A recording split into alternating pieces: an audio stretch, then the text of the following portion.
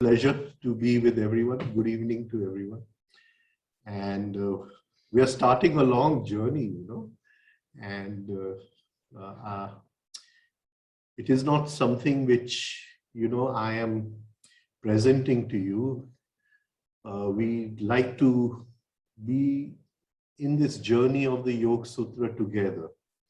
So as if it is not that somebody is speaking and somebody is listening, but we are moving together into this very, very beautiful and exceptional treatise on what is yoga. The Yoga Sutras are a part of the 6 darshans. Darshan comes from the root drush, to see. When we see something, what is it that we are seeing? The world that is presented to the senses, do we see that world which is presented to the senses, or is it decoded in different ways through our prejudices, through our understandings, through our attitudes? And something is presented to the senses and we see it in a different way. And this whole structure, which changes the reality which we are seeing, it is the structure of habit and sanskar. And can we come to a state where there is pure seeing? We just see that which is presented to the senses without the interference of this whole inner structure. And that is the aim of the Yoga Sutra, to reach this higher state of pure seeing.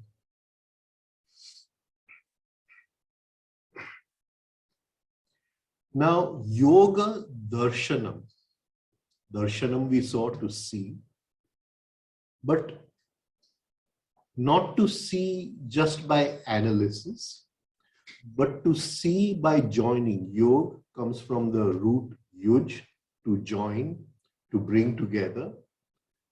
And something in us is incomplete, which has to join with something. And in that very joining, in that very yog, we suddenly, everything is dissolved, which is inside, and we are in a state of pure seeing. Now we must understand that whenever we throw attention upon an object, that object is broken down into its electromagnetic impulses. These electromagnetic impulses are called by the Shastra as Tanmatra. And those electromagnetic impulses flow through our 5 senses, and we recreate that image which we are seeing outside on the screen of our brains. When I say I am looking at you, I am looking at the recreated image on the screen of my brain. I am not looking at you. And somewhere, because of our inner structure, we get hypnotized, identified with that image. And this identification with this image is what Patanjali calls as vritti. So we are going to go into this process of seeing, which is here in the Yoga Sutra. Now, who was Patanjali? Who was this Rishi Patanjali? No one really knows. We don't even know whether he was a man or a woman, actually. And in those days, if a woman wrote a treatise, she would always put the name of a man, because it was a different society in those days. So we really don't know. But it is possible, we have to be open to that possibility, that a woman could have written these sutras. Now, there's a beautiful story behind it, and we'll just have a look at the symbolism which is in that story. The story goes that there was a dancing girl, a Ganika. In those days, the dancing girl was of a lower caste. But because they had to perform in the courts of the kings, they had to have a knowledge of yoga with dancing. It wasn't just the teaching of dancing. There was a deep knowledge of each mudra, each posture, and what was the yogic science behind those postures. So there was this dancing girl, Ganika. Ganika is a dancing girl. And she had something which she wanted to share. And she wanted to pass on. And she was looking for someone who could receive the knowledge which she wanted to give. And she searched and searched and could not find anyone. So then she decided to give up her life, that she couldn't find the person to impart her knowledge. And so she decides to go in the Ganges at Varanasi, and give up her life over there. So she goes there and she goes into the water. And before she wants to give up her life, she pays oblation to the sun. So she lifts the water in folded hands. These folded hands lifting to the sun is what we call as Anjali, giving oblation to the sun, Anjali. And she did that Anjali, and as she lowered her hands into the water, the folded hands, there was a leaf. Leaf is Pat. And on that leaf, there was a small snake. She looked at, as she is looking at the snake, just the very power of observation, as she is looking at the snake transforms into a young child.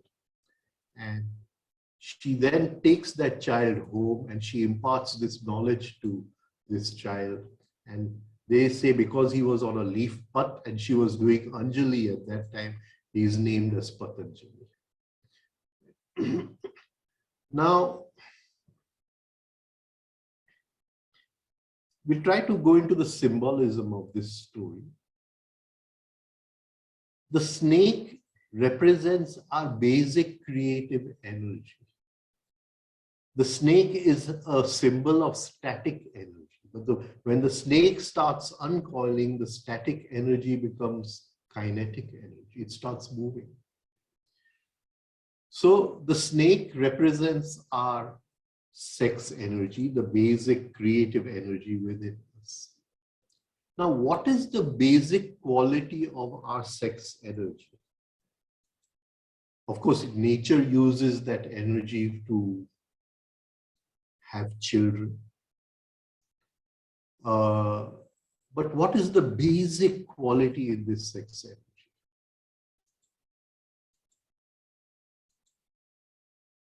This energy is called by us, it is called as Kam. Kam means desire. And the basic movement in sex energy, the basic motive of sex energy, the basic motive of life is that it wants to complete itself. It wants to reach a state of wholeness. It is incomplete. Whether it reaches, you find this feeling of wholeness by having a partner of the other sex, and you relate to that partner and suddenly you feel that your incomplete self has become whole, or you've dissolved into that partner, what we call as love. So the basic quality of this sex energy is to complete itself. It is like you can take a plate and you break the plate, and the plate doesn't break in a straight line when you break the plate. The plate will have different edges, right? So that sex energy in us, it is, we are one edge of a broken plate. It is searching for the other edge which has been broken. And only if we find the other edge can each, jagged, part become complete. And it is this sex energy which, in its desire to complete itself, in this desire into finding the opposite where it merges and becomes one, which kindles the spiritual aspiration within us. So we see the snake, and the snake represents this energy of where the half the plate wants to have yoga join with the other half of the plate to become complete and whole. And that is the yoga darshan. Of course, we live in an illusion, and I feel that maybe if I have a new home, I'll find happiness. And I don't realize that this desire that I have for finding a new home, for having a new home, is nothing but that basic energy of life wanting to complete itself. Or maybe I say, if I can marry this girl, then everything will be okay for me. But I don't realize that it has nothing to do with the girl. It has nothing to do with the home. It is this basic energy seeking completion, this energy of desire, this energy of karma, which is seeking completion. And I think that I'll get completion by earning some money. I'll get completion by having a new home. I'll get completion by maybe, having a new girlfriend or whatever. And we don't realize that it is this, and it is this energy which leads us onto our spiritual thirst. And it is when this energy finds yoga, when it finds completion, Patanjali says we reach that state of Kaivalya. What my teacher, Tavariya Sahib, used to call as isolated unity. So there was this dancing girl, and she is supposed to be the mother of Patanjali. That is one of the stories. Another story is that Patanjali is also Panini and the creator of Sanskrit grammar. And we just need to go a little bit into the story of Sanskrit grammar to understand, because the first word in the sutra is atha. And we need to just understand a bit about Sanskrit grammar. That Panini was roaming through the jungles, and in a state of meditation, he heard the drum, the damru of Shiva. And that drum created 16 different sounds. And out of those, he named those 16 different sounds. And the whole of Sanskrit grammar, which is the whole treatise of Panini on Sanskrit grammar, was created out of those 16 basic sounds. Now, this leads us to something which we must try to understand. I have not studied Latin, so I cannot pass a comment on Latin or any other language. But when we look at a word in Sanskrit, there is the literal meaning of the word. Then we go into the verb to see the dhatu, the root meaning of the word. But behind the root meaning of the word, there is a phonetic meaning which comes from those 16 sounds which were heard by Panini in the jungle. And they say Panini was also Patanjali. So when we use the word atha, right, there is something which is phonetic, which changes the atmosphere in which we are sitting. It has an effect on the vibrations around us. It is not just a Sanskrit word, it is a phonetic sound, and that phonetic sound has a direct impression upon the vibrations around us.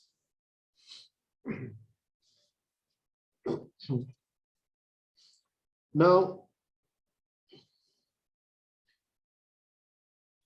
this text of the Yoga Sutra has 195 sutras, or what we could call in English as aphorisms.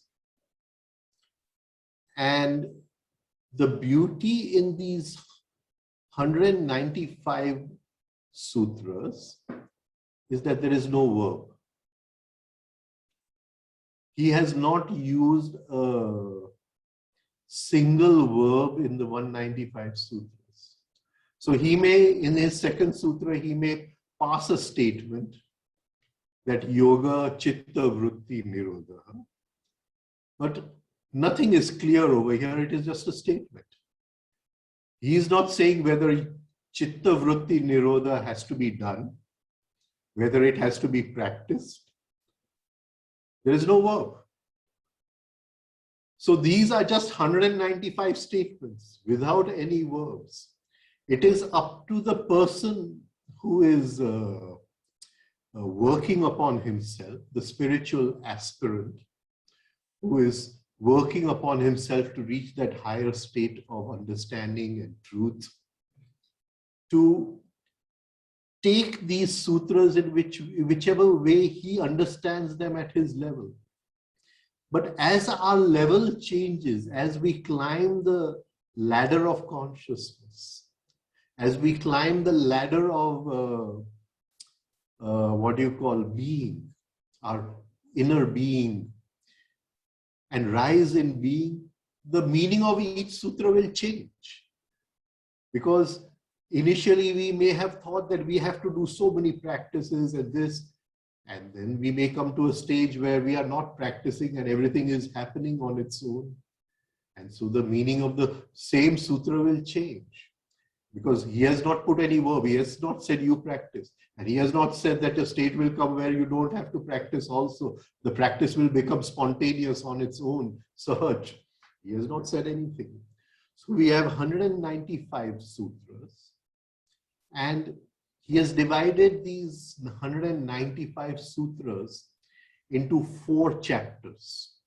He calls these 4 chapters as padas. Pada means foot. That is, these 4 chapters are 4 steps, 4 padas, and because he's using the word foot, these 4 chapters ground you into something.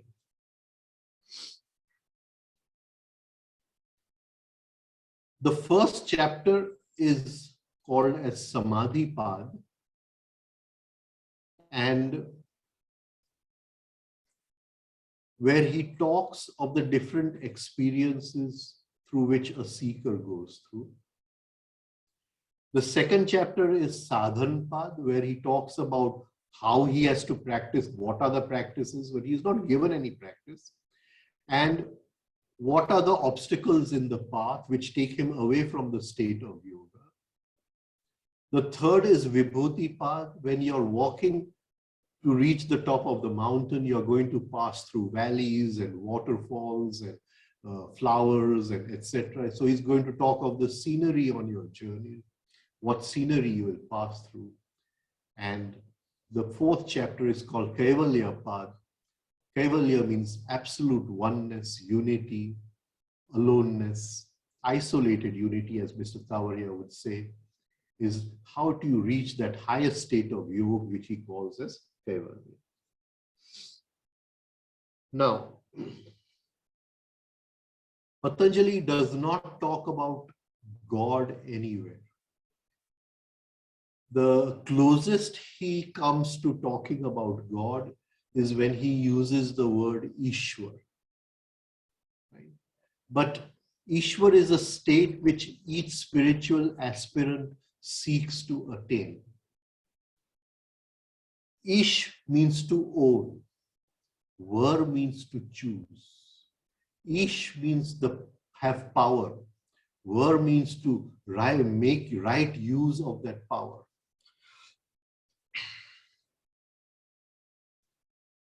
Gurdjieff says, man cannot do.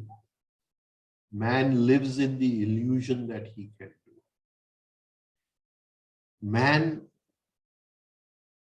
In man's life, everything happens. It happens because of external circumstances. It happens because of the events of life. And he cannot do because he's a multiplicity. He has many eyes. But when those eyes start crystallizing, becoming one single eye, he slowly gets the power to do. Here, Patanjali uses the word Ishwar, the power to do, the one who has the capacity to do, the capacity to choose. And so that is the closest which he comes to using anything for God. Now, before we go further, I must mention Tavariya Sahib. Tavariya Sahib has written this wonderful, commentary on the Yoga Sutras. If anybody wants it, it is free of charge. If you send me the address, I'll send it to you. Now, Tavariya Sahib has divided these 4 books into 5 books. And he has rearranged the sutras. This is something which is very, very, out of the way. Any student of Patanjali, any expert on Patanjali, if you say somebody has rearranged the sutras, this is not possible.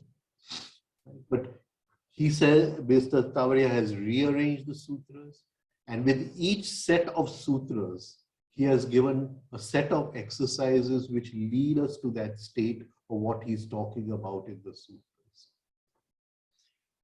As we are starting on this journey of 195 steps, it's going to take a long time. And I'm not going to follow Mr. Tavariya Sahib's order of the sutras. I'm going to go in the old orthodox order. But wherever he has changed the order, I will bring it to light. And I will also try to explain why he has changed the order and what he has put in front of us. So whenever that point comes in our journey, I'll bring in why he has changed the order of the sutras.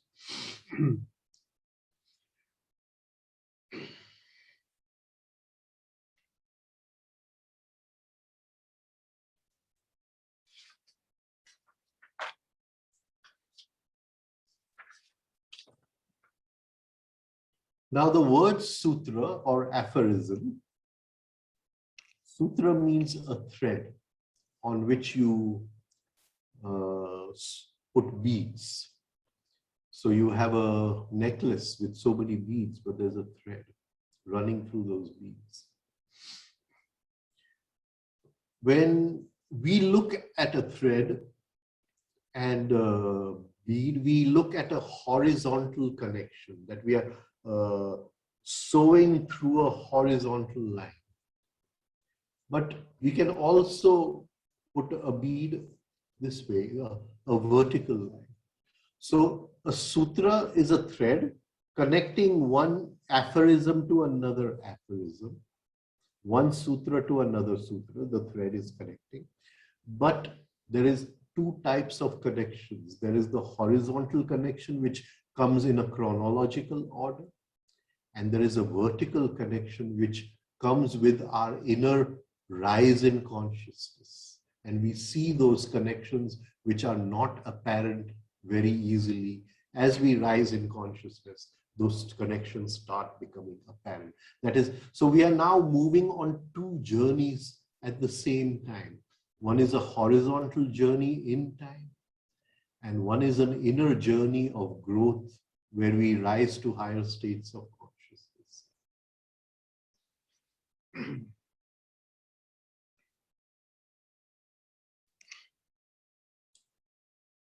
I remember many years ago,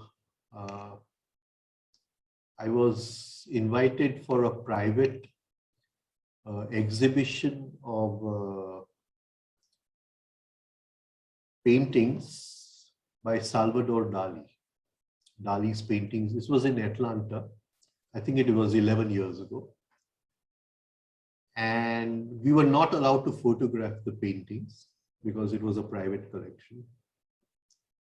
And Dali, he used to go into a dream state or into a deep state of where the logical mind is put asleep, see something, come back and put it on painting. So this form of painting is called as surrealism. And in one of the paintings, a huge one, which was up, down on the wall like this hanging, there was a painting of Jesus. And Jesus was on the cross. And there were nails in his feet and hands. And Dali in the painting does not show any blood.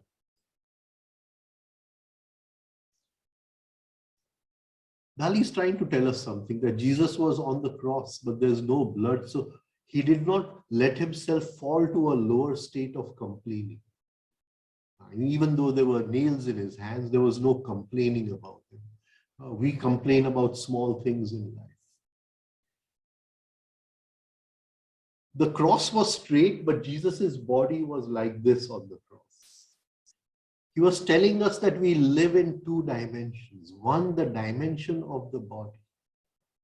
And the body is going to, however beautiful, it's going to fall to the ground. This is the horizontal dimension of life.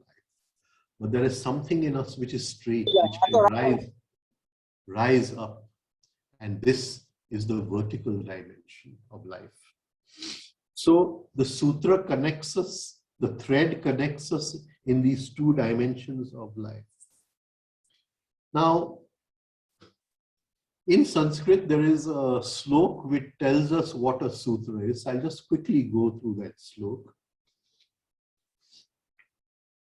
Alpa aksharam, asandigdham, saravad, vishvato mukham, ashtobham, anavadyam, cha sutram sutra vidhi vidu. Alpaksharam, contained in small letters. Each sutra is very, very condensed. Very, very condensed. Saravad, Vishvato Mukham, Ashtobham. What is it? Anavadyam, Cha Sutram Sutra Vidhi Vidu. Should be okay now. Huh? I don't know. It should be okay now. So contained in a few letters, Alpakshara, Saravad, it is what do you call? Sorry, Alpaksham, asangdigdham, without any doubt. There can be no doubt about what it says. Saravad, it contains, it is potent with meaning, contains the spirit, right? Vishvato mukham, through in any time, any place, it is always true. It is complete by itself. Nothing can be added, nothing can be subtracted. 1,000 years ago, 1,000 years hence, it is always the truth. Ane ashtobham, it is complete. Anavadyam, and it is mnemonic. It is simple to learn. Now, this is very important because in those times, these sutras had to be learned by heart. So each sutra is mnemonic. It is easy for the memory to learn the sutra. And these 195 sutras, right, they can be learned by heart also. Now, whenever we buy something new, maybe it's a new washing machine or a new television or something, we get a manual, an instruction manual of how to operate that, what we have bought. And this Yoga Sutra is an instruction manual on how to reach that highest state of Samadhi. It tells us where we are, from where we are, where we have to go, what obstacles will come in the way, what scenery we will see, what instruments we use like the body-brain system, the mind, how to understand the mind, the body-brain system, etc. So it is a total manual of spirituality. So this is some background I wanted to give on the Yoga Sutra before starting. Now, before we go into the sutras, we will try to understand one word, and that is rupa. Rupa means form. And Patanjali, in the beginning only, he is going to use this word rupa, form. Now, form is of two kinds. There is subtle form and there is gross form. Gross form is also of two kinds, the materialized gross form and the gross form which is not materialized but is there. We'll try to go into this. Gurdjieff says we have an essence. Essence means we have a soul. And that soul has a form, but that form cannot be seen by the five senses. But it still has a form. It has a subtle form. That soul seeks a mother and father. It is looking for two sets of substances where from a subtle form it can become a gross form. What is the difference between a subtle form and a gross form? It's very important because this word rupa, we have to understand it thoroughly to go into the sutras. Now, say an architect has a form in his mind of a house. It is a subtle form. The house has not been built. But when material is put into that subtle form, material meaning bricks, concrete, sand, etc., windows, etc., that subtle form which was in the mind of the architect, it takes a gross form. Once it becomes a gross form, it cannot be changed. Of course, you can destroy the house, I suppose, but as a rule, it cannot be changed. So there is a subtle form in the mind of the architect, which becomes a gross form by adding materials. Similarly, our soul is a subtle form, but it becomes a gross form, a human body, by adding material from the mother and father. These two sets of material which the mother and father add to the soul, we call as DNA. They loan their DNA to that soul. The soul is not really the child. The body is the child. But the soul takes this loan of DNA to express itself. But before it was a body, there was a subtle form. And each of us have a gross form and a subtle form. One day the gross form will die. But the subtle form will go on a different journey. And it is this subtle form which we are going to talk about. Now, this subtle form can change forms. It can take the shape of any form. When we studied the Mahabharata, we studied the different, Rakshasas, the demons. And the demons had this, gift of taking a form. And there was this demon, and she falls in love with Bhim, but she takes on a beautiful form, right? And she comes to meet him. So within us, that subtle form can take any form. Try to see this. I may fall in love with someone. Then my outside form is the outside form. My tan of my skin may change, of course. Sometimes when people fall in love, the tan on the skin does change, but really nothing changes in the material, but my inner form has taken a certain shape called love. I hope I'm coming across in this, right? But I may hate somebody after 3 years of love. Suddenly everything is, now the roses have become thorns, etc. Right? So that the thing has changed in the outward form. The material is still the same. The cement and concrete is still the same. But the inner form has now taken the shape of hate. And this inner form of ours changes every maybe minute or I don't know. We get one phone call, it changes. Read something in the paper, it changes. It keeps on changing, this inner form. Now let us try to go a little deeper into this. That I have this, say, pattern within me that I want to take revenge on someone, right?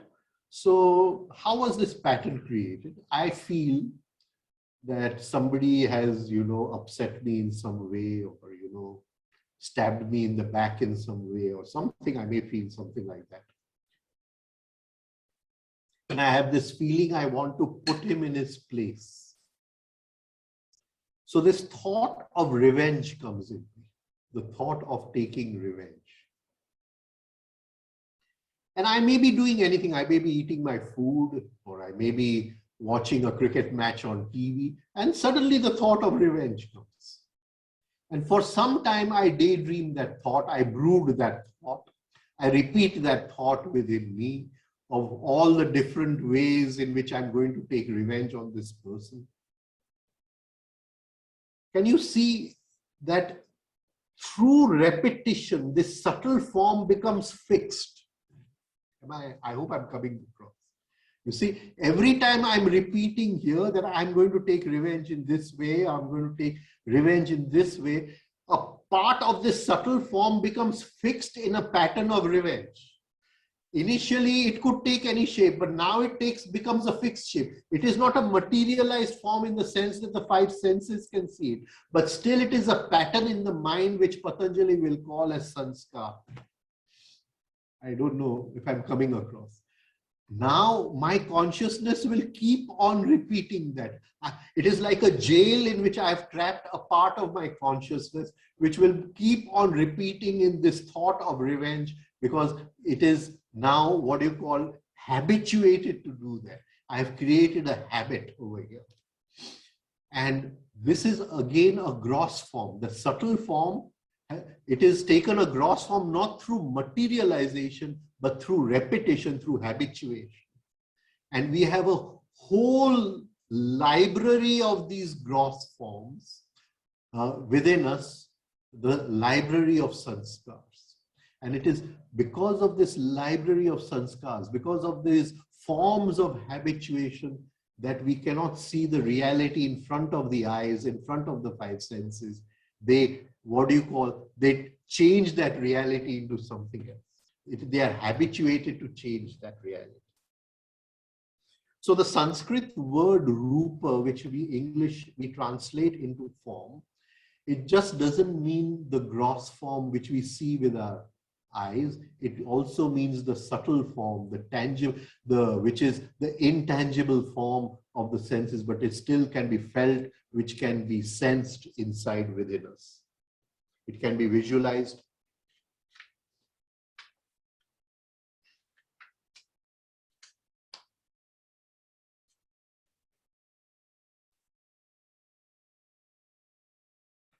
See,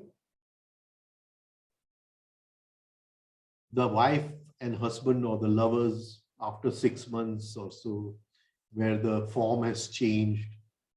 And I'll speak in Gujarati because it's difficult to explain this in English.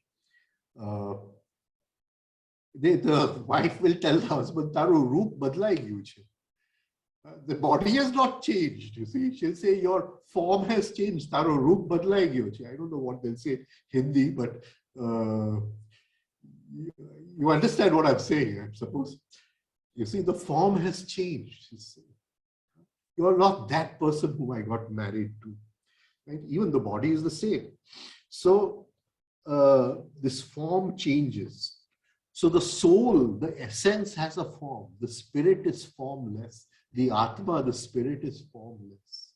But the Atma does not journey. The Atma, it just is there somewhere. It is this soul which journeys. It is this form which again seeks material and again wants to be a body, etc.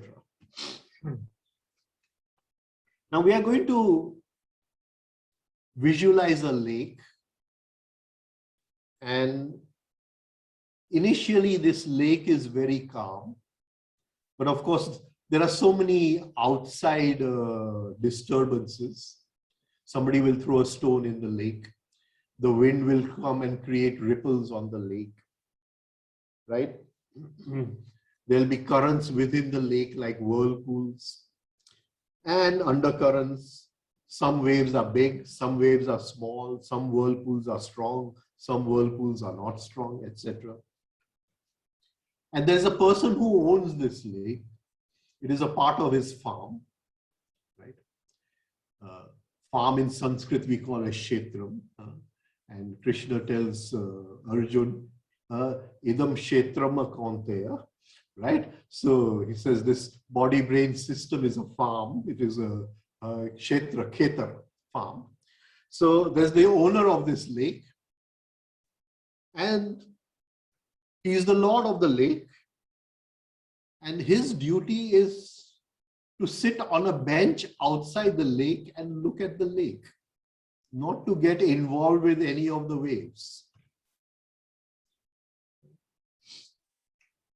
Now, Patanjali gives this lord of the lake a name. He calls him as Drashtuhu, the seer. He calls him as Drashtuhu, the seer. And he's supposed to just observe the workings of the lake. And if he really observes the workings of the lake does calm down quite a bit. And he does not have a physical form, he has a subtle form. But he lacks will. He does not have will. He does not have the will to sit on the bench. And with each wave, he goes and gets identified, takes the shape of whichever wave. Now, when he's sitting on the bench, he is in something which Patanjali will call Swarupa, his own form.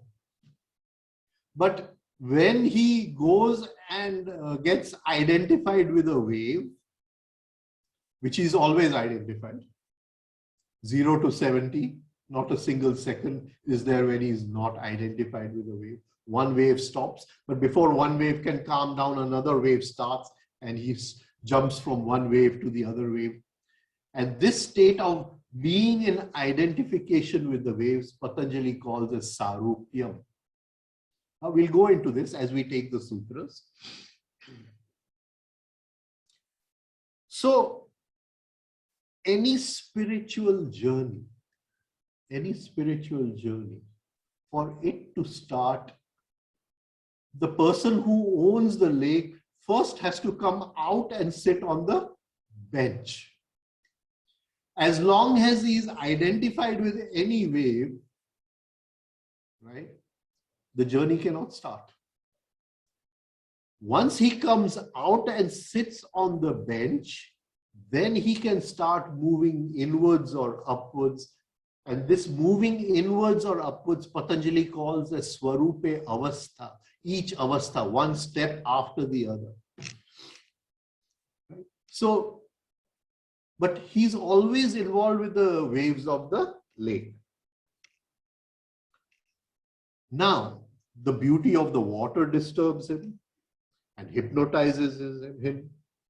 And the waves are so tempting. What is the point in sitting on the bench and looking at the waves, where you can surf with the waves and enjoy the waves. And he keeps on identifying with the waves. So he forgets his original form, and each moment in life he's taking the form of whichever wave. This forgetting of original form, Gurdjieff calls as self-forgetting. If he comes back onto the bench, then Gurdjieff calls it a self-remembering. But Gurdjieff says that before he can reach a state of coming back on the bench, he has to practice observing the waves. So he calls that a self-observation.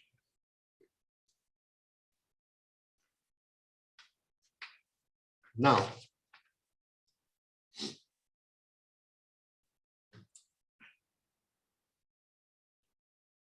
one wave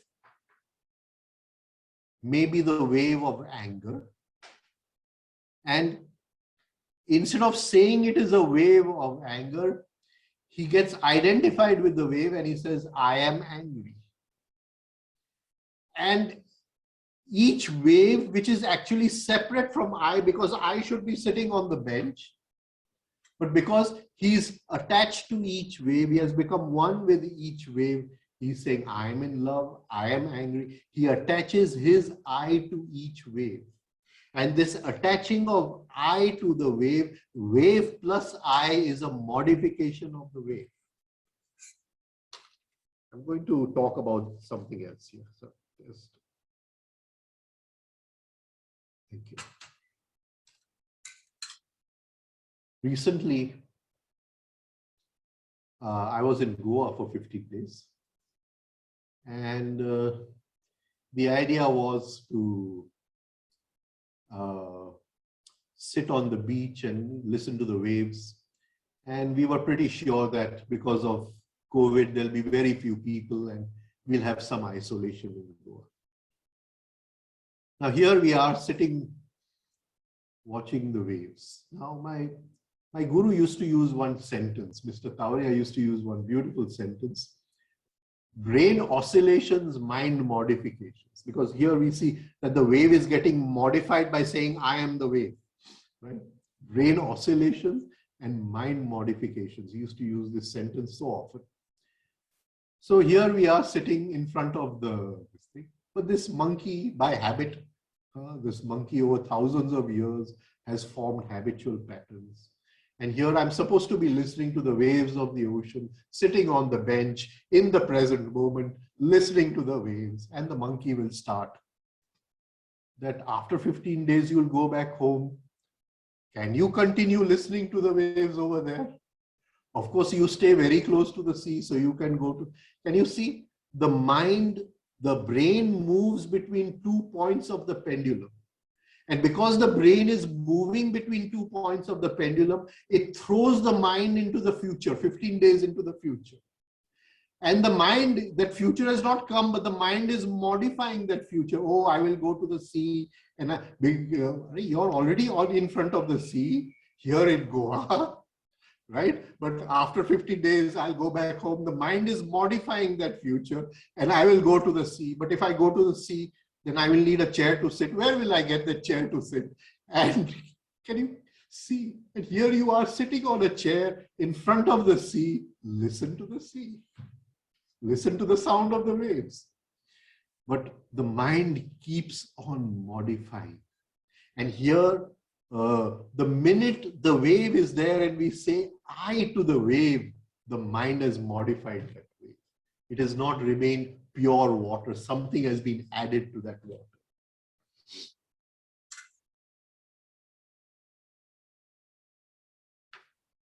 Now,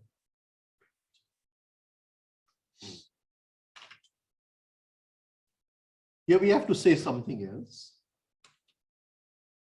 That over a period of time, this guy who's supposed to be sitting on the bench and watching the waves and listening to the beauty of the sound of the water, right? He becomes so habituated to getting attached to these waves, these ripples on the water, that he does not want to go back to his original state. A sort of inner pattern, like the pattern I talked about of revenge. You see, by repeating this so often, he has now become habituated to becoming identified.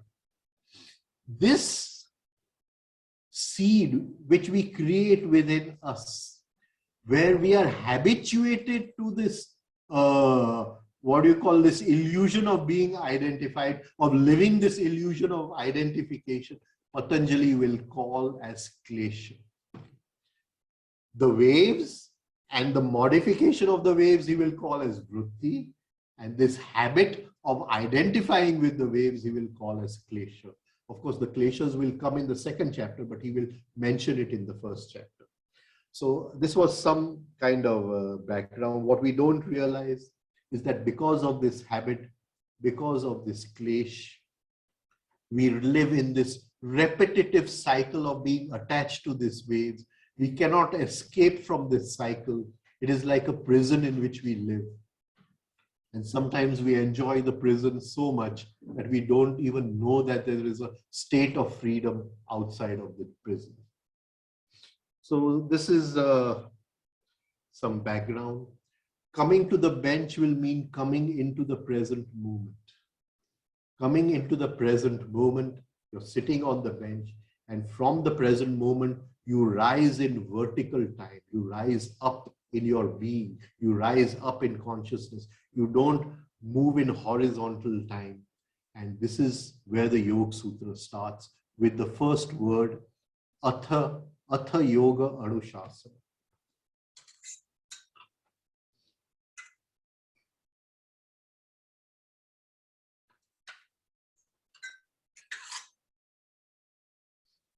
The first word is Atha. They say that Atha was the first word uttered by Brahma at the point of creation. Now the creation. Here, now the creation. Now, we won't take Brahma as a god. Let us take Brahma as a symbolism of expanding consciousness, of rising consciousness. So, Atha is a particle. It is indeclinable, where we are at that point where two roads meet. The body is going to fall to the ground, the spirit is going to rise, Jesus on the cross, where two roads meet, and we now balance the two roads in such a way that we now can move up on the ladder of consciousness, on the ladder of our being.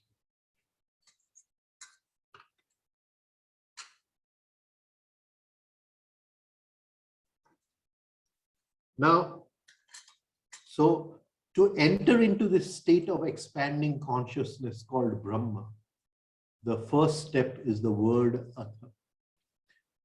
Atha means here now. Here is space, now is time. Man, as man is in our present state, we do not have an instrument to experience time. We experience time as space. You will say that we have an appointment tomorrow, and I'll say, can you please cancel the tomorrow and put it on day after? I'm pushing the appointment as if I'm pushing in space. I'm treating time as space. But I don't experience time directly. I hope I'm coming across in this. So the five senses experience space.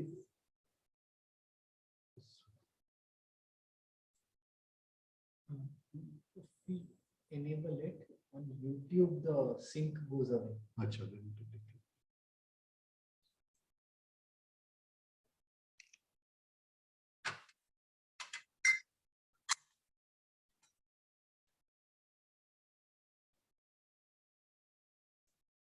So whenever I think I'm talking about time, I'm talking about space. The mind sees there is movement in space, it uses memory, and it creates time. Now, time is very subjective also. In the sense that supposing I'm sitting with somebody I love, I feel time has moved very fast. And if I'm in a state of worry, I feel time is not moving at all. So time is something subjective. There is external time and there is internal time.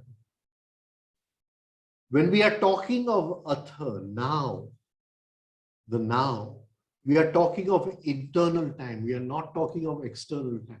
External time is a man-made concept of hours and minutes and seconds.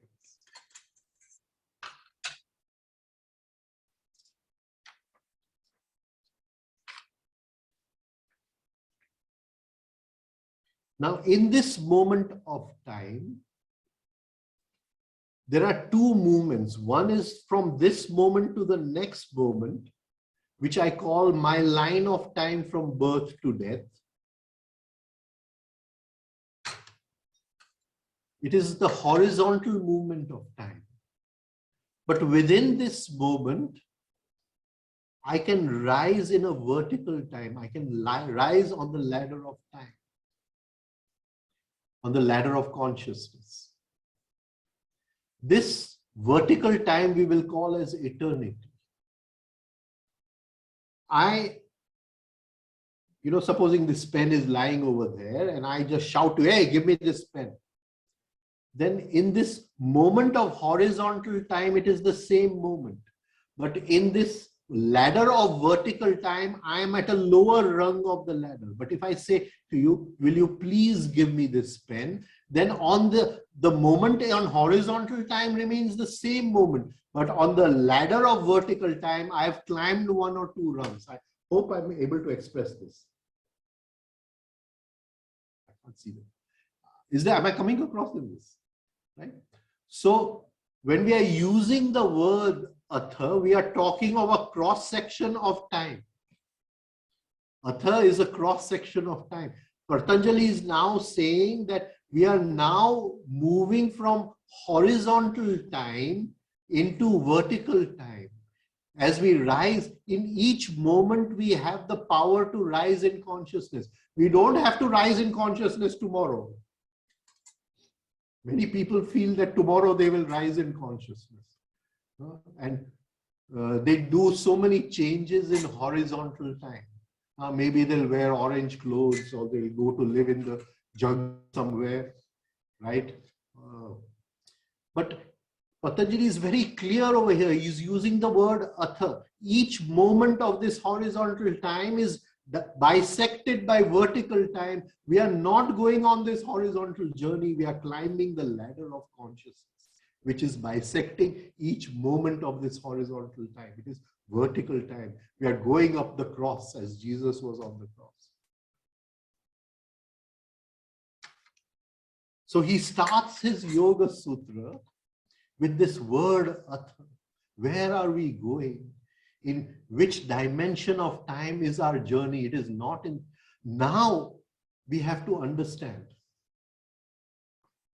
that to come to this vertical dimension of time, to rise in consciousness, which is also rising in our being, we have to come to the present moment. Because this vertical dimension of time starts from the present moment. It is this present moment which is the intersection. If I'm not in the present moment, I cannot climb this ladder. Can you understand? If I'm daydreaming, oh, I'm going to go back home after 15 days, then again I'll go to the sea, again I'll get a chair to sit in front of the chief. Then I'm not in the present moment, the sea is in front of me. I'm not in the present moment. So he's saying this journey of ours starts from coming and sitting on the bench. The minute we are We are on the bench, observing the waves, listening to their sound. We are in the present moment. Now start climbing the ladder of consciousness. So he uses, the first word he uses is atha, a cross section of time. Atha is a cross section of time. So he says, atha yoga anushasana. You see, I'm in this thought of taking revenge on somebody. I'm not in the present moment. As long I'm brooding about the past, somebody has done something to me in the past. And either I'm brooding or I'm daydreaming. If I'm not daydreaming, I'm brooding. But how to stop in this present moment? And that requires practice. Just to come from the lake and sit on the bench requires so much of practice. Just to start the journey. And he says, atha yoga anushasana. Now the discipline of yoga. In this moment, the discipline of yoga. Now come here now, the discipline of yoga.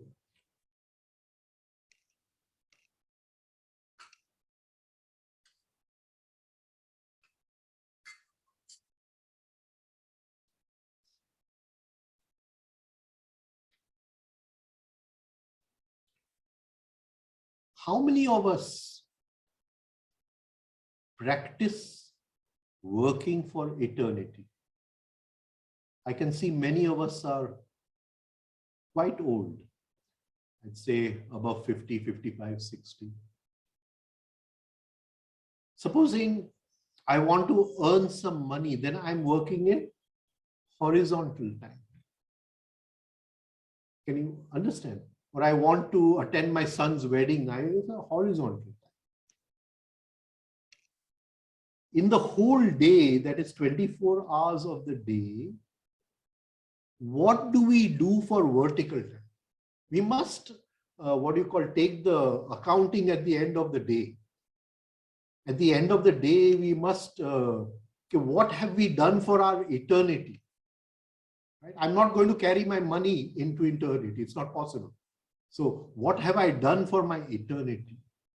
What have I done to transform my being? Have I done even a little, even a drop of understanding today? That is that one drop doesn't matter in the ocean, that I have risen a little on the ladder of vertical time. I've risen a little on the ladder of consciousness.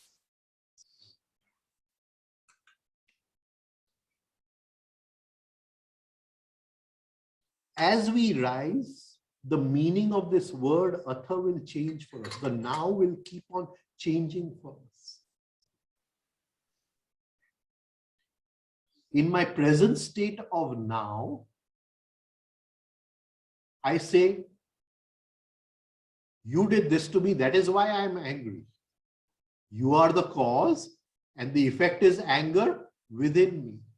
But as I rise one or two steps on this ladder of consciousness, I'll say, you cannot make me angry. The anger was already within me.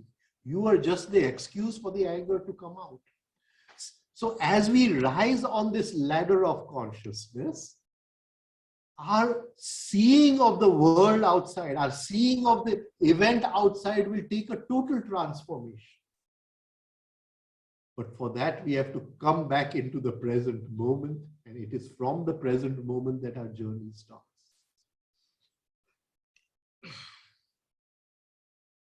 So he says, atha yoga anushasana, sas to teach. From that comes the word shishya, the one who learns. The one who learns, the one who is a disciple, the one who follows a discipline. Anu, to go along with and follow.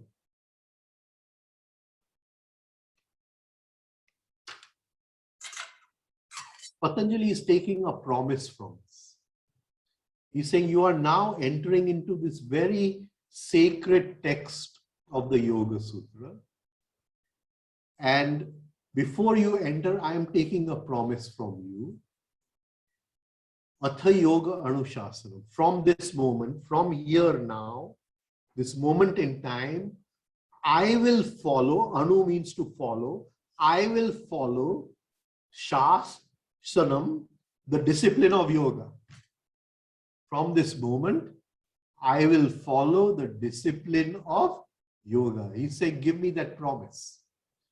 If you give me that promise, then you can enter into the text. If you don't give me that promise, you cannot enter into the text. Now, this is something very difficult, very difficult. This discipline, this framework of yoga, this building of yoga, Gurdjieff calls it the work, the work. And we have to first intellectually learn the work. As we learn tables in school, we can't put the intellectual mind on the side. We have to approach it intellectually. And the work must take the place within us of our personal choice. Supposing you come and insult me and say all kinds of things to me, my personal choice would be to give it back to you. But I'm not allowed to use, because I've given a promise to Patanjali, I'm not allowed to use my personal choice. I have to say what is in this moment when somebody has insulted me, what is the discipline of yoga saying? I can only act in that way. Can you understand? Right? He's not saying this is something you have to study in your study room, right? And become a PhD on the Yoga Sutra. He's not saying that. He's saying from this moment, you promise to put your choice aside and put the discipline of yoga in place of your personal choice. In every moment of life, when you're going through each event of life, through each relationship, we have to ask ourselves, what is the discipline of yoga? What is the discipline of yoga? And the discipline of yoga will say that the first step is not to react. Not to react. The second step is non-expression of negative emotions. Of course, expression of negative emotion is a reaction. Can we see how difficult this is, what he's expecting from us? He's saying, Atha Yoga Anushasana. From this moment, I will follow the discipline of yoga. I decide that now in my life, and this is a form of surrender. It's very easy to surrender to a guru and hang his photo in your home. It's very difficult to surrender to the teaching. Very difficult to surrender to the teaching. I can hang my guru's photo in my home and do a, what you call, Diva Bhatti every day. Good to do it. You know, it's good to become one with the photo. But do I follow the teaching? Can I apply the teaching each moment of my life? Do I know which moment I failed and I fell down on the ladder of vertical time, on the ladder of consciousness? I fell down. I reacted, so I fell down. And this practice he calls as abhyas. Right? So this practice of following the discipline of yoga. So yoga, the science of union of that which is incomplete, looking for its other part. And for that science of union, here is the discipline. I have to start following this discipline.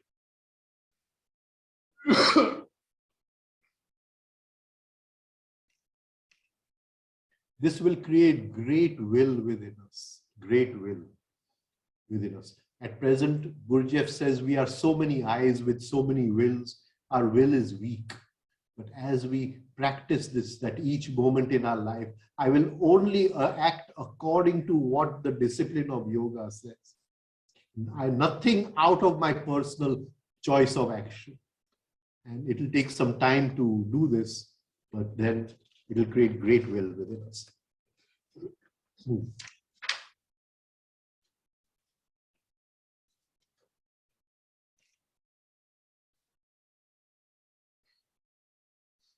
This understanding has to come from within us. We cannot create an outer discipline, anushasanam, an outer discipline that you get up at 6 in the morning, then do this at 11 o'clock, at 12 o'clock. It's not going to work.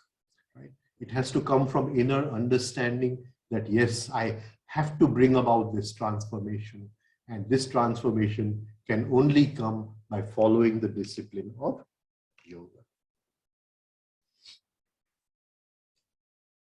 Many people are intellectually lazy. They don't even want to get down to what is the basic tenets of yoga? What are the tables? 1 ones are 1, 2 ones are 2. What are the basic tables of yoga? What are the basic ideas of the work, as Gurdjieff says? We live in a state of mechanicalness, and we have to work to get out of this mechanicalness. Our body-brain system is in a state of sleep. And it is this, following this discipline of yoga, that we will slowly come out of this state and reach a state where we awaken to this dream which is all around us. We'll go to the second sutra now. Yoga Chitta Vritti Nirodha. Yoga Chitta Vritti Nirodha.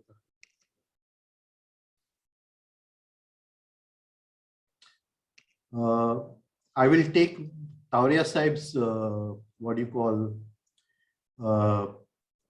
translation first. Yoga is achieved through the healing of the psychic nature and the calming of the chitta, the thinking instrument. Okay.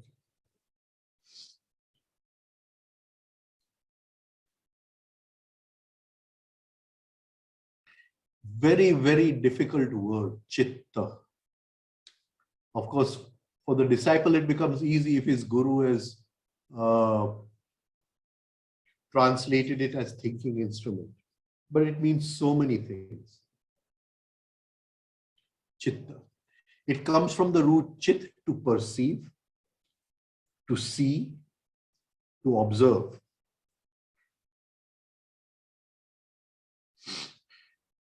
Now, chitta is also used for attention, especially in Gujarati. It is used for attention, right? Supposing I'm talking to someone and I see his eyes are going somewhere. Taro chit kya che? Where is your attention? Right? I see he's daydreaming into something. Right? So we say in Gujarati, where is your attention? Taro chit kya che? So chitta is also used for attention. So chitta is used for the thinking instrument, for the mind. Chitta is also used for attention. And we are going to look at this sutra from many different angles,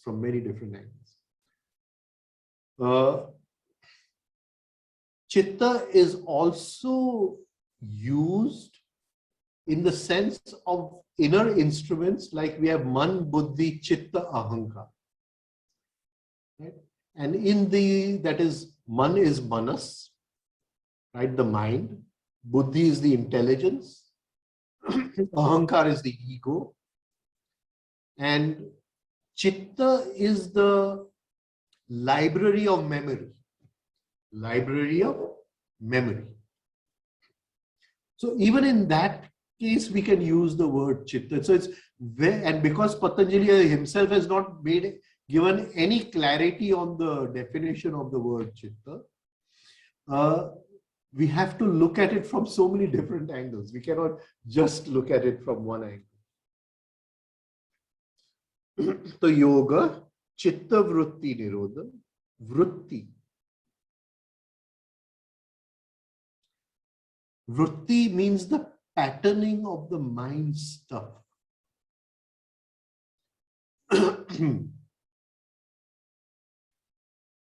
Our manner of thinking. It comes from the root vrut, to abide, to live in, to move, to turn, to condition,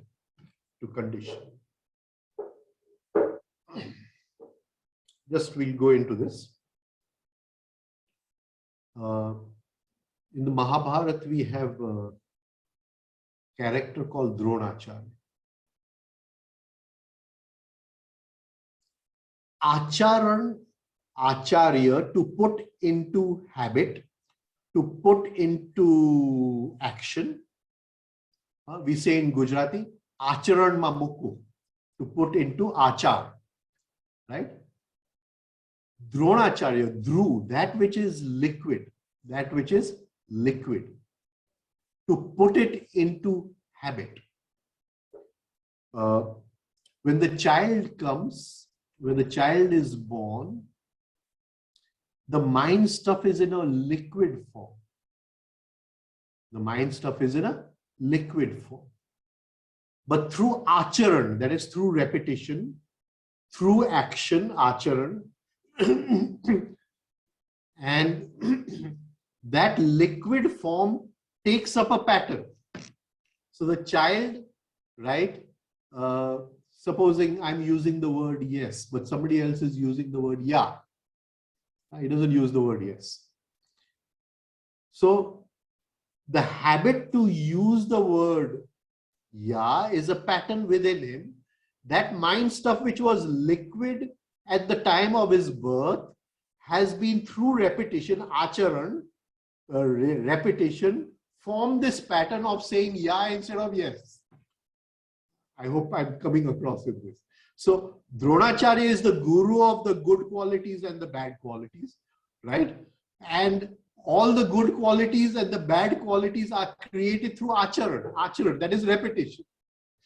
So something is liquid at birth, and the guru gives that liquid a pattern, a form. This patterning of that stuff of the mind, the liquid stuff of the mind, the patterning of that, making it take a certain pattern, is what we call as vritti.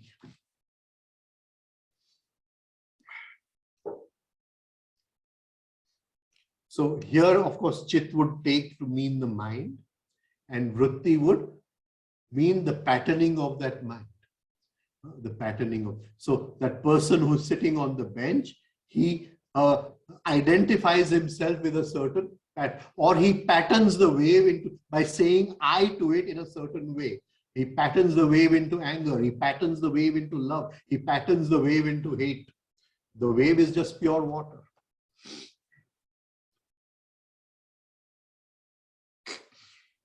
Now,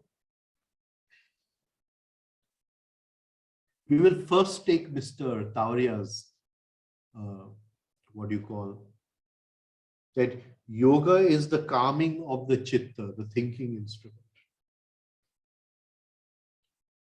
and the healing of the psychic nature.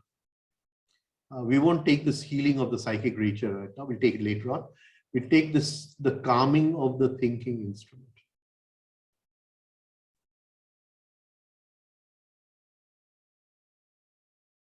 Now, here, Tavaria Sahib says that these waves, they cannot be brought down to absolute zero. But he says they can be slowed down.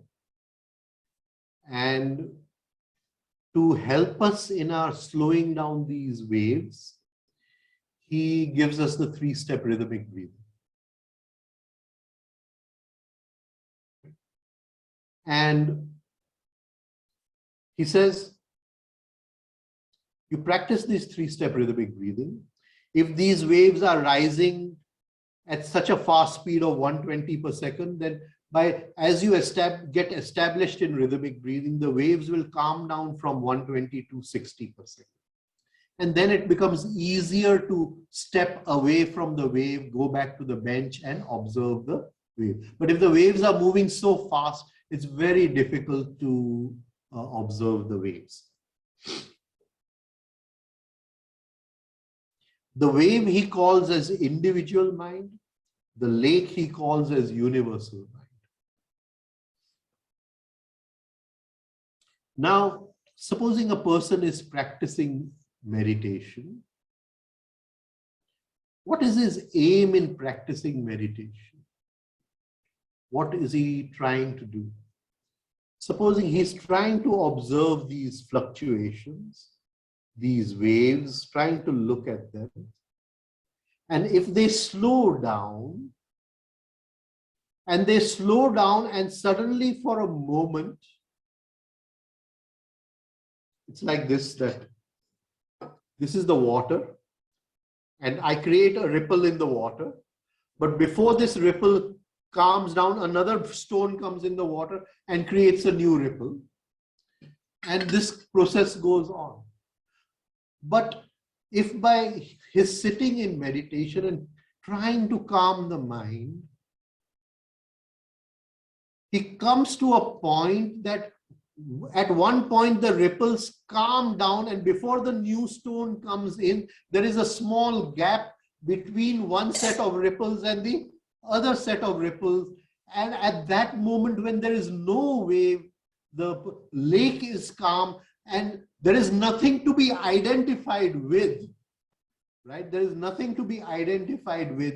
The person says, there's no wave over here, let me go back to the bench. And he's sitting on the bench. So there is that momentary glimpse when we are free of the wave.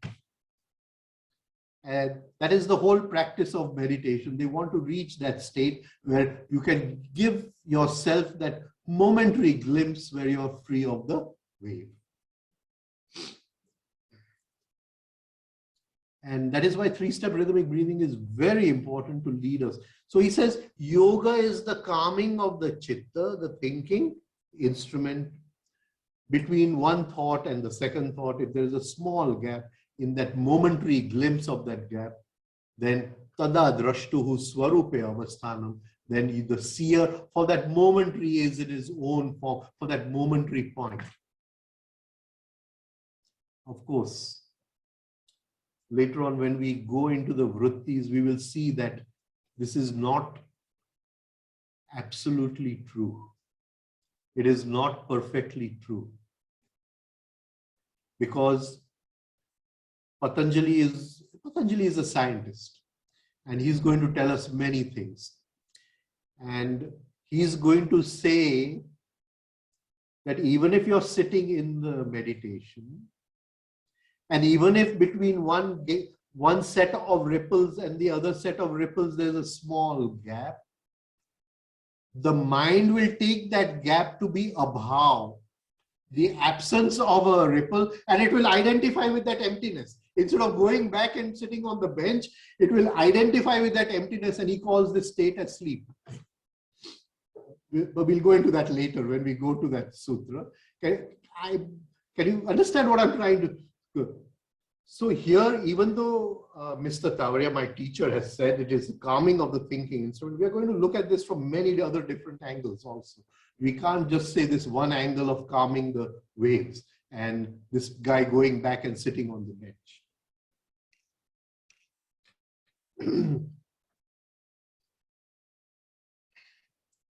Now, Gurdjieff says, the waves are not the cause.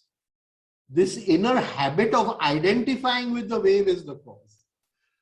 Right? So unless you change this inner habit of identifying, by just calming the waves, nothing is going to happen. He's going to identify with something else.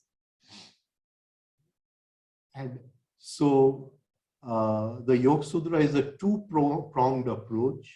One is the approach to calming the waves, and the other approach is to how can we change this habit of identifying? How can we change this habit of reacting? How can we change this habit of every time falling down into the lower parts of our being? Can we not make a new habit of rising in our being? So we are going to look at that. And we'll also look at the word chit as attention also. And also as chit as a storage of memory. We'll look at this sutra from all these different angles. I think we'll continue that next week. We'll stop over here. If there are any questions, I'd like to take the questions.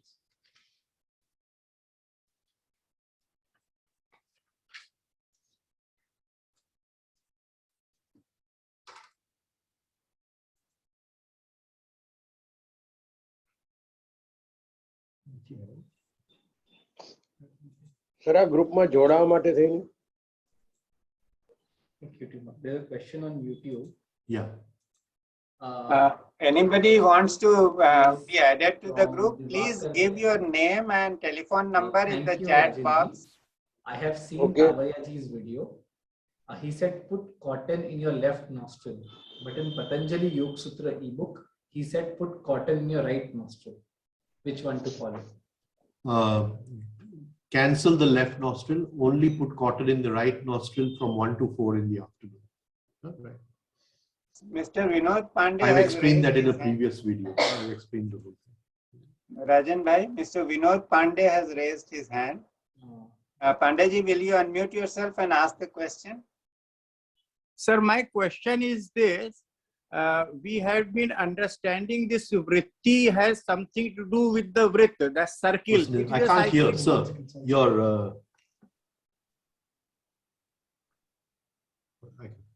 Rajan is bhai, wrong. we are able to hear him. No. Yes. Pandeyji, Sorry, please sir, go you have ahead to- again. Question. I could not hear the question. Sir, should I repeat, sir, again? Yeah, please do. Please.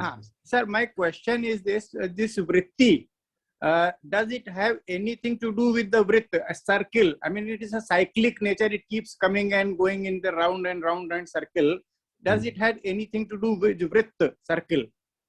Vrutta. It comes from Yes. the root vrutta, which means movement, circle, to repeat, and it is a repetition. Yes. It is a repetition. It is a These repetition. vrittis are connected. I mean, it's a repetition kind of thing, or it's something cyclic. Okay. Thank you. We also use the word vartul as circle. I don't know, in Gujarati we use it. I don't know in Hindi what we use, but we use the word vartul as circle. Vartul is used in Hindi also, Rajan bhai. Acha. Right.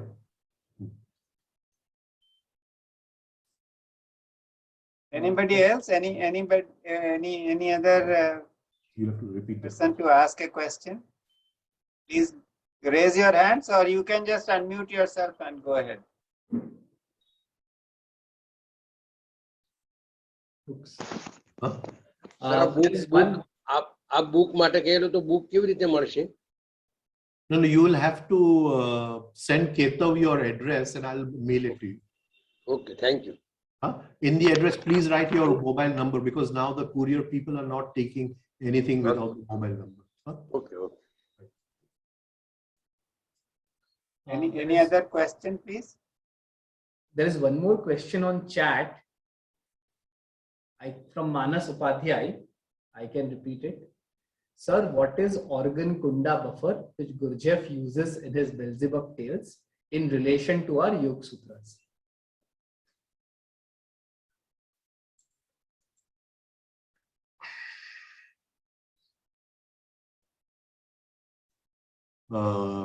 Gurdjieff has used this word kunda buffer. There is a slight satire over here, and many people, after reading about this kunda buffer, say that Gurdjieff said there's nothing like kundalini, he calls it kunda buffer. It is not that. But forget about the Yoga Sutra. When it comes in the Yoga Sutra, I will explain what its relationship is to Gurdjieff. But we must understand that we keep on buffering small shocks in our life. The inner soul is fast asleep. It's had so many pegs of whiskey and it's gone to sleep in the bar. And it needs a shock to be awakened. Right? So in the morning, I may, have a good mood towards my wife, but my wife may suddenly say some things which give me a shock. Now that shock is very useful because that guy is sleeping in the bar and it is only this shock from the wife which can awaken this guy. But I won't, instead of using that shock to awaken the inner sleeping soul, I will buffer that shock. Buffer means between two rail, carriages, there is a kind of spring which buffers the shock. So if I'm having tea in the train, my tea won't fall down because the shock of the train moving is buffered. So in life, we keep on buffering shocks. And we don't realize that these shocks come for our inner awakening. We have a beautiful story of Tulsidas. Tulsidas, he comes home one day and he sees that his wife's brother has taken his wife to her father's house. And late in the night, he cannot stay away from his wife. This inner, what you call, desire for the wife is so overpowering, so great, that he has to go to meet his wife. When he goes out, there is a storm going on, and he walks for miles in the storm. Then he comes to a river, and the river is in flood, and he steps on a dead body and he goes to the other side of the river. And then when he reaches his wife's home, it's on the first floor. There's a balcony and there is a rope, and it's not a rope, it's actually a snake, and he catches the snake and he goes onto the balcony, and then he calls his wife, and his wife comes out and she gives him a shock. She gives him a big shock, and she says that if this much love, this much passion you have for me, can you show it for Ram? It will transform your life. And that transformed Tulsidas' right. Tulsidas' life. Now, Tulsidas could have immediately buffered that shock. He could have said, I have traveled so many miles to meet you. I have traveled in a storm. I swam over a river which was in flood. I climbed this first floor to your home, and this is the way you're talking to me. He could have easily buffered that thing, but he did not buffer it. He allowed the words to go straight in like a spear, awaken that guy who was sleeping in the, bar after all his drinks. That guy woke up, there was an inner transformation, and it happened. But we buffer shocks in our life. We keep on buffering, and though we don't realize those shocks are useful for our growth. And so this is a satire of Gurdjieff, right? That he calls it Kunda buffer, that every time we create a buffer in our life, we are trapping the Kundalini energy into a kind of prison, into a kind of pattern from which it cannot come out. So that is what he means by Kunda buffer. I hope I've come across in this. There's no other question. Okay, no other questions. So thank you. Thank you. We'll continue with the first sutra next time. Thank you, sir. Yeah. Yes, sorry, sir. Please go ahead. Sorry. Hey, thank you, Rajen Bhai. And it has been a wonderful beginning, so to say. And what a wonderful introduction to the sutras. Thank you very much. Would you like to say a few slokas or something, sir? Oh, okay. So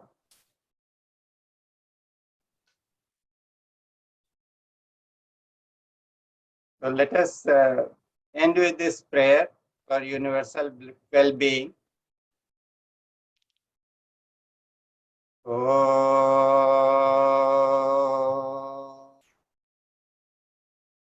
Sarve bhavantu sukhino,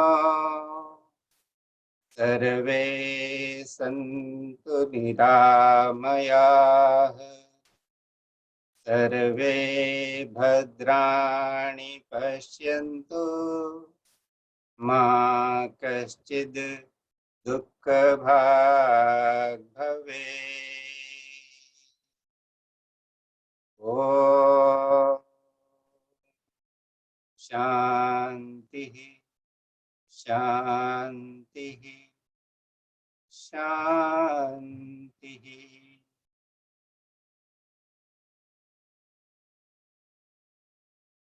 May everyone find the opportunity to rise above horizontal time and move into the vertical space of timelessness and grace. Thank you, everyone.